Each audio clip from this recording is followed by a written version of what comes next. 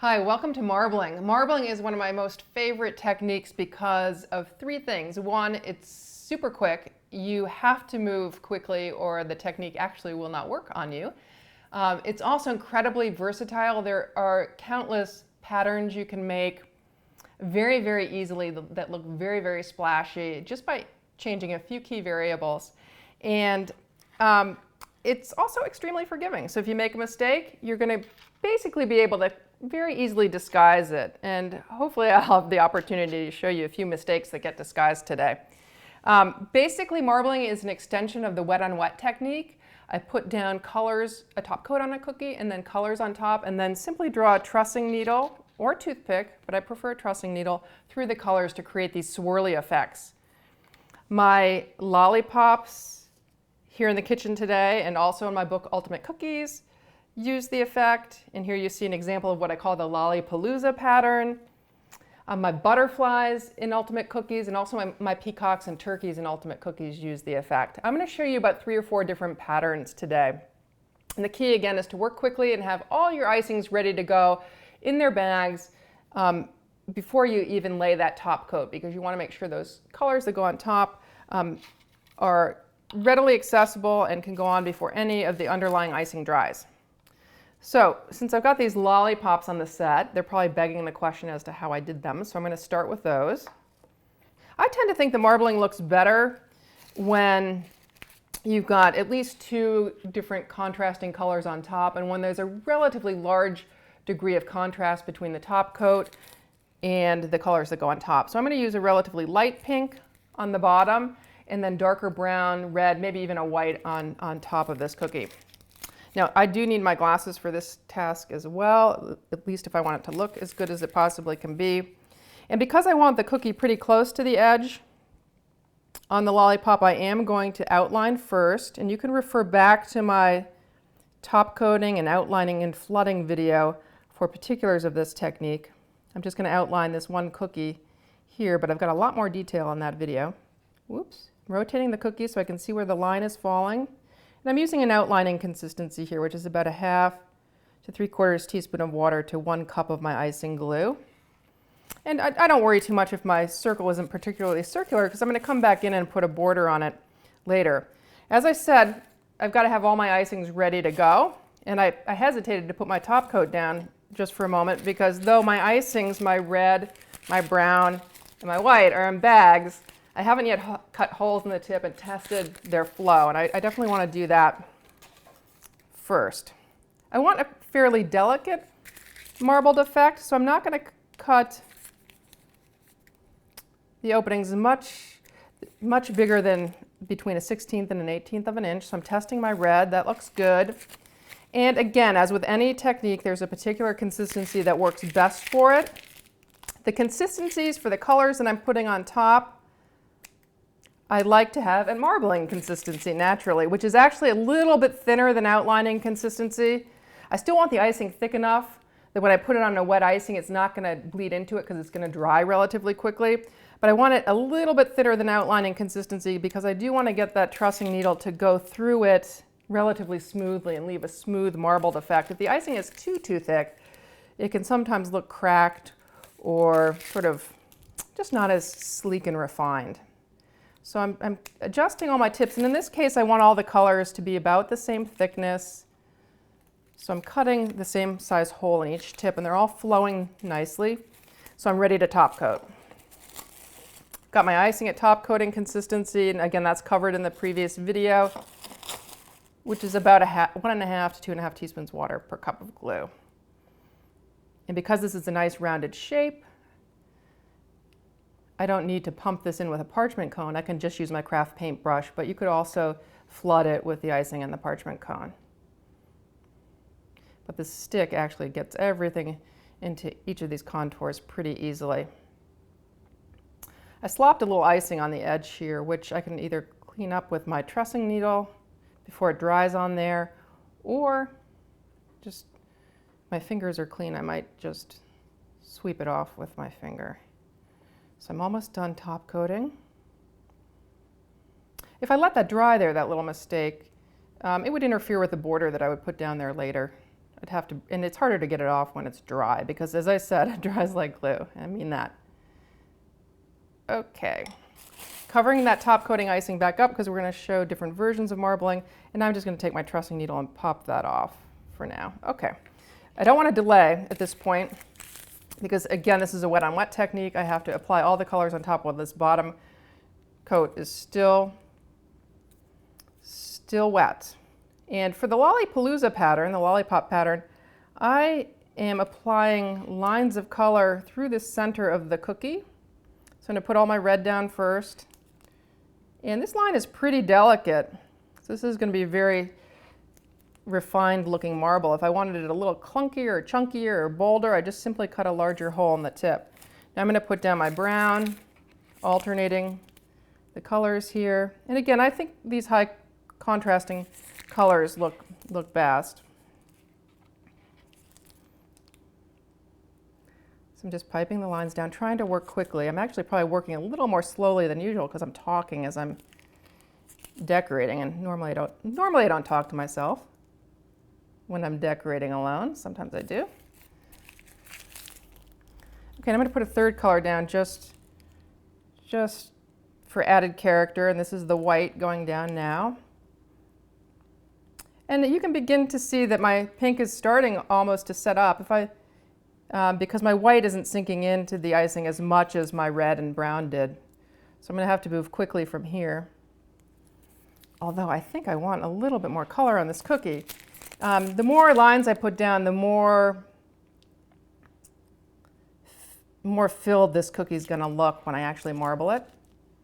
You'll notice I broke my brown line there, but or maybe you didn't notice, but right there's a break in it. But I'm just going to, that's a mistake, but that's something I can correct rather easily by just drawing my trussing needle through the mistake when I get to the drawing part. I'm just going to add a few more lines of brown to fill in this cookie. Not exactly symmetric, but you get the point. So I've got a higher density of lines towards the middle of the cookie, but that might look interesting. So for this pattern, I draw concentric circles starting from the outside of the cookie and moving towards the inside. And you'll see I'm getting a little bit of a crinkly look as I draw the trussing needle through the icing. That's because it's beginning to set up, but it's not so bad. That actually disappeared in the process of working with it. But if I were to have gone any slower on this cookie, that track might not disappear. So that's what I mean about moving quickly.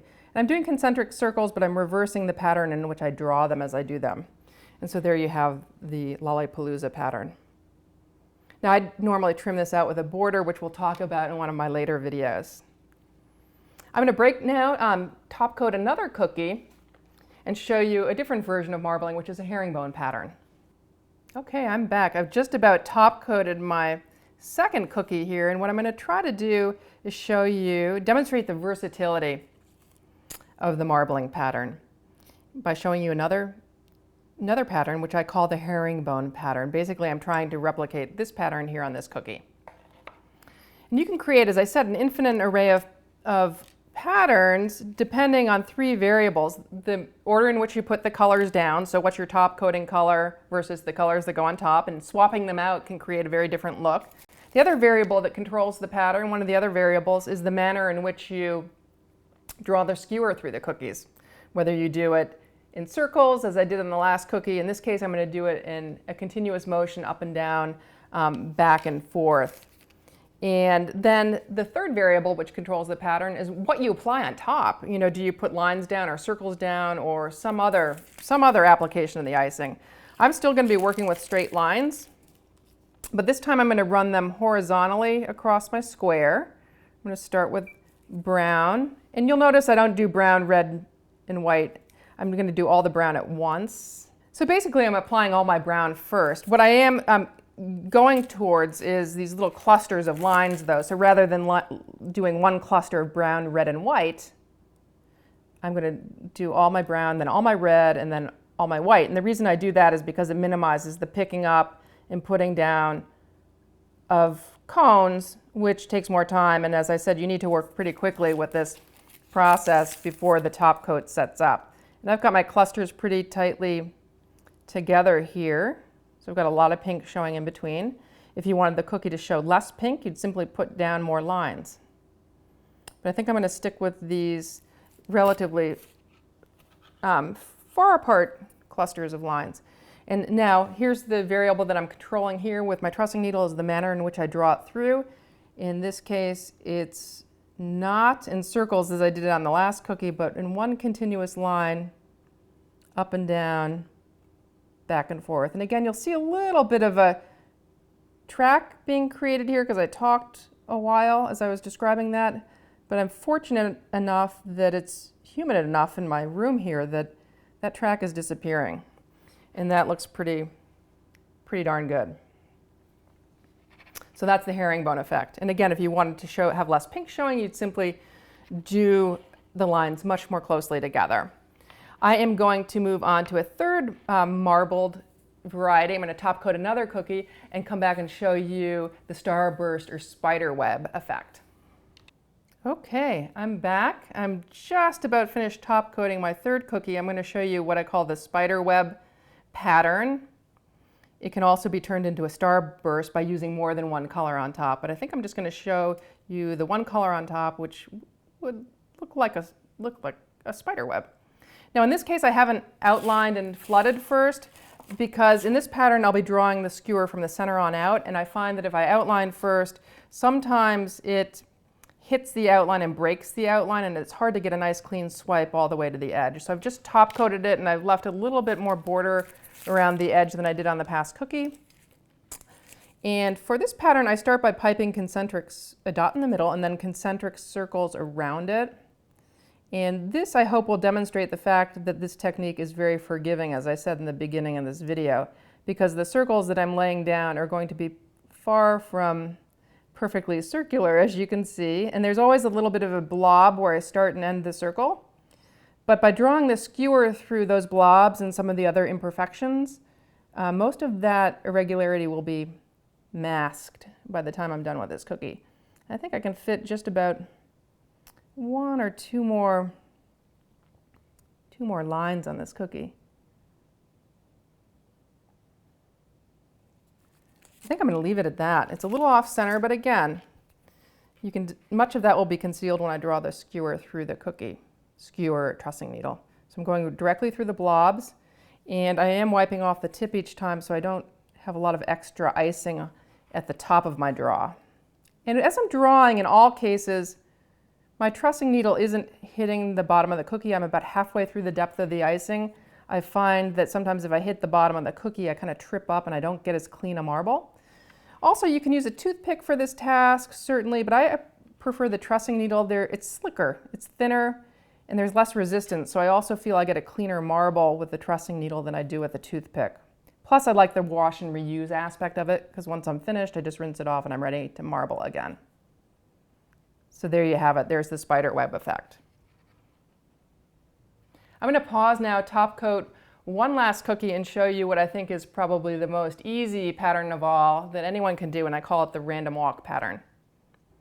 Okay, once again I'm back. I'm going to show you one last pattern, marbling pattern, and this one I call the random walk because it's exactly that. I'm going to lay down the colors on top of my white top coat in a random pattern and draw the skewer through it really randomly. And this is a fun pattern for almost anyone, and certainly kids can master it very, very easily. I also think this is going to demonstrate a bit more the versatility of the technique.